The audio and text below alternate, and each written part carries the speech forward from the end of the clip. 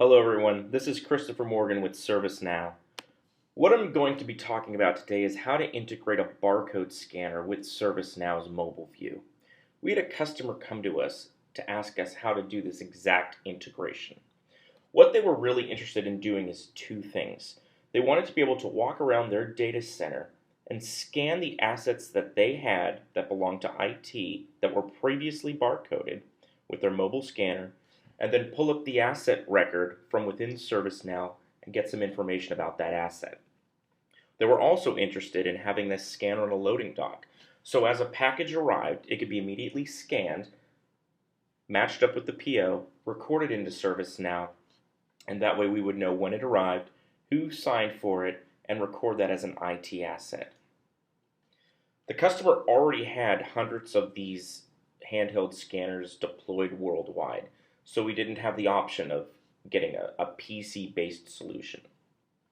The model they were using is shown there on the right. It's a very popular model called the MC75 from Motorola, and it's based on Windows Mobile 6.1. This is, not a modern mobile operating system like iPhone or Android, so we had to try to figure out how to make it work. One of the challenges that we had is when you have this device and you have a web form like you do in ServiceNow, how do you get the input from that barcode? So what that barcode is just a visual representation of a number. How do we get that number into that field without bringing up a mobile keyboard? Basically just by using the one button on the side. We found out that there are some software prerequisites to get this to work. Windows Mobile requires ActiveSync in order to install applications on the device. Unfortunately, there isn't a mobile app store. And also Windows PC running ActiveSync is required. Now, if you're using Windows XP, you have to download ActiveSync from Microsoft. If you're using Windows Vista 7, you can download a program they have called Windows Mobile Device Center. Both are available from free from Microsoft.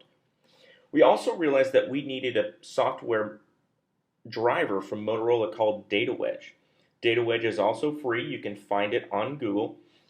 And it's the application that runs on the device that takes what the laser sees on the barcode and brings it right in as an input device.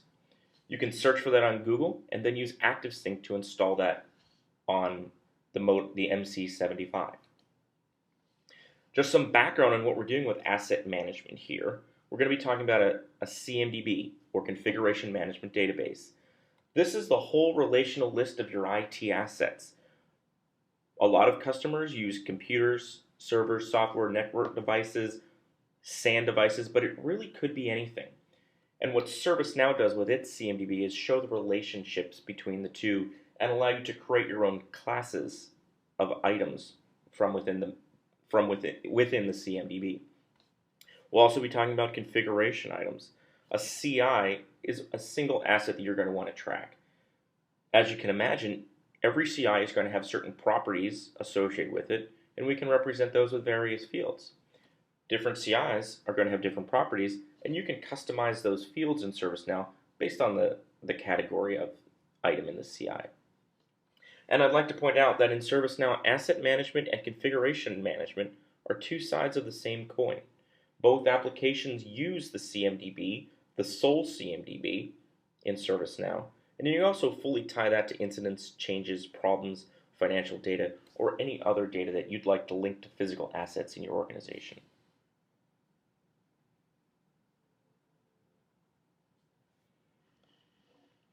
The asset that I'm using for my demonstration here is atypical. I'm actually using the book that our CEO wrote called Tape Sucks. Not something you'll see in most IT organizations, but I'm convinced if I leave it on my desk long enough, eventually he'll walk by and give me a promotion. So I have ServiceNow's mobile view opened up on the device, and I've created a custom application called Asset Finder. Just click on that with the stylus. It's going to bring up the page that I created in ServiceNow with an asset tag and a serial number field. I'll highlight asset tag, and then scan the barcode on the device. Now, at no point the keyboard came up, but it grabbed that number from the UPC on the back of that book and populated the field. Now when I click the Search UI action, it's going to return the results from that query and say, sure enough, you have Tape Sucks by Frank Slootman in your CMDB. Let's click on it and get some additional information about that IT asset. Again, very atypical. It's not a server or a network device. Maybe we're interested in different properties for that.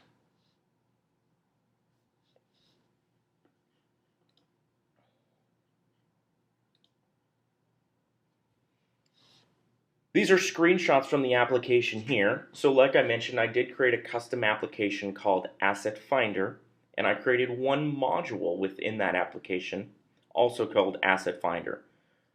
I created my own table in ServiceNow, and it's called U_Asset Finder. When we look at the form for Asset Finder represented on the right, you can see that I've added two fields, asset tag and serial number. This is the desktop view, but you saw it on the mobile view a few minutes ago. Underneath the hood in ServiceNow, it's the same data. That search UI action that I have circled there is then defined on the left. So I presented a search button which takes the asset tag field and it queries against my CMDB. I've done that with 3 lines of scripting that are shown at the bottom. Thanks for watching my demonstration. Please make sure to visit us at www.service-now.com and please drop us a line when you create your own cool integrations, all powered by ServiceNow.